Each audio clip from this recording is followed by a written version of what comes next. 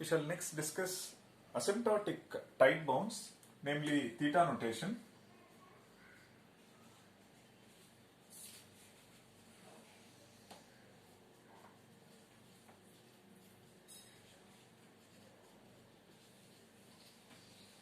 So you have a function f of n denoting the step count of an algorithm. We are trying to upper bound using the function g of n or lower bound using the function g of n. Now in this case we are going to tight bound f of n using g of n. So the definition is this: f of n is theta of g of n if and only if there exists a positive constant c1 and there exists a positive constant c2, and similar to that we are trying to upper bound f of n using say c2 times g of n, and lower bound using the same function but the constant alone is differing. And this one is true starting from some n naught. So there exists n naught greater than 0 such that for all n greater than or equal to n naught. So for all n greater than or equal to n naught, this one is true. What does that mean? So you have a function f of n, say going like this, and there is one n naught, after which you see that something like this happens.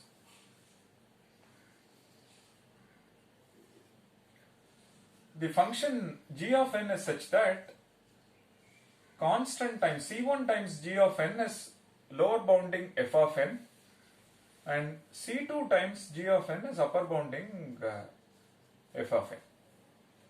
So in some sense this one is capturing big omega, this one is capturing big O.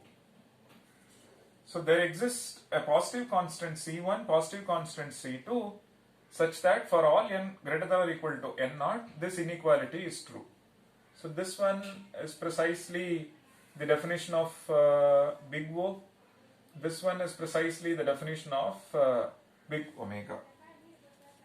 So from this, what can we conclude? F of n is theta of g of n if and only if f of n is omega of g of n, the same g of n is also acting as an upper bound. So it is this: f of n is theta of g of n if and only if f of n is omega of g of n and f of n is order of g of n. Let's look at a couple of examples to understand the definition better. Suppose a step count of an algorithm is 3n plus 2. One can say that this is upper bounded by say 4 times n, and this is lower bounded by say 2 times n. And this one is true for all n greater than or equal to say 2. And this one is 4 and this one is 6 plus 2, 8. This is 8. For 3, this one is 12, this one is 11, this one is 6. So C1 is 2 and C2 is 4.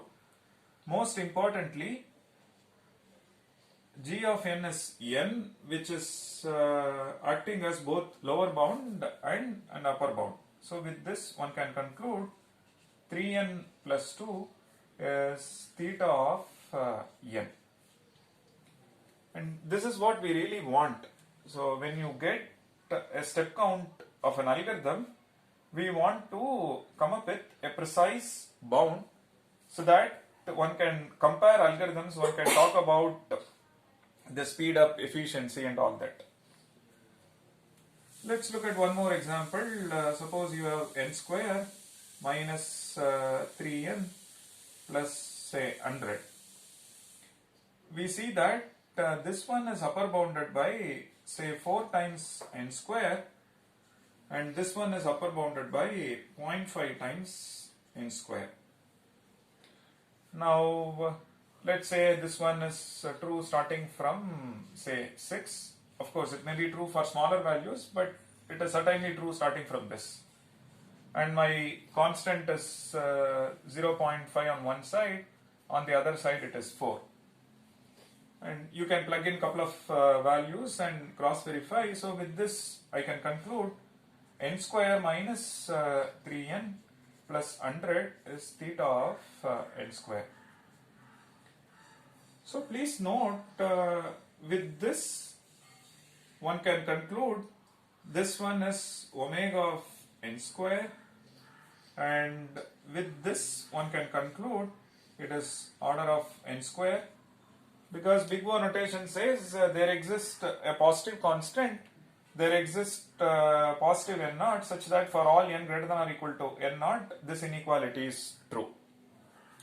Similarly over here there exists a positive constant such that for all n greater than or equal to n naught this inequality is true, and you see that the function n square minus 3n plus 100 is upper bounded by this quadratic growth. Similarly it's lower bounded by a function whose growth is quadratic in nature. That shows that it is tightly packed between two functions whose order of growth is same as the order of growth of f of n.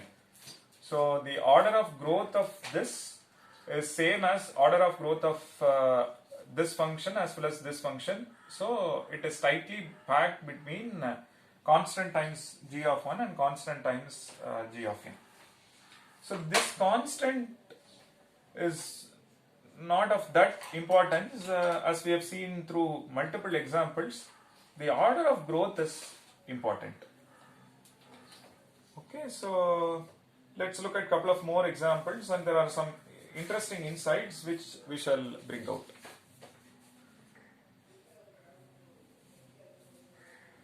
Let's look at this f of n, say 2 power n plus say n power 100 plus say n square times 3 power n. Suppose you have an algorithm whose step count is this, and you may ask, are there in the first place are there algorithms whose step count is of this form? Answer is yes. Let's assume you have a problem and an algorithm which has got say 3 modules, and the first module is actually doing say list all subsets. Now how many subsets are there? Given a set of size n, there are 2 power n, and this one is doing some task, something like you have to choose 100 sized subsets. If you choose 2 sized one, it is n choose 2, 3, it is n choose 3, and nc3. If it is k, nck. If it is 100, nc100, which is in some sense n power 100. This one you are trying to list all ternary strings, list all ternary strings, and then you are doing some processing on that. That requires some effort, say, which is n square. So the message is, yes, there are algorithms whose complexity involves a really large polynomial and an exponential term, coupled with some polynomial term. So although it makes sense to discuss from theoretical perspective, but in practice there are problems whose algorithm can be expressed of this type. So now this one we try to lower bound and upper bound. You can see that the growth of 2 power n and 3 power n, if you see, we know that 2 power n is order of 3 power n, because this grows much faster than this, and 2 power n is not order of something small, right? Something small is like 1.5 power n and so on. And 2 power n is also order of n square times 3 power n, correct? So which means if you compare all of them and you see that between these two, this one is an upper bound, between this and this one is an upper bound. So which means n power 100 is order of 3 power n, and n power 100 is order of n square times 3 power n, which means this and this can be dominated by this. So let me say some 6 times n square times 3 power n. And again we are looking for a lower bound, but in this case we are looking for a tight bound. So which means this itself I should use it as a lower bound. So let me say 0.25 1 by 4 into n square times 3 power n.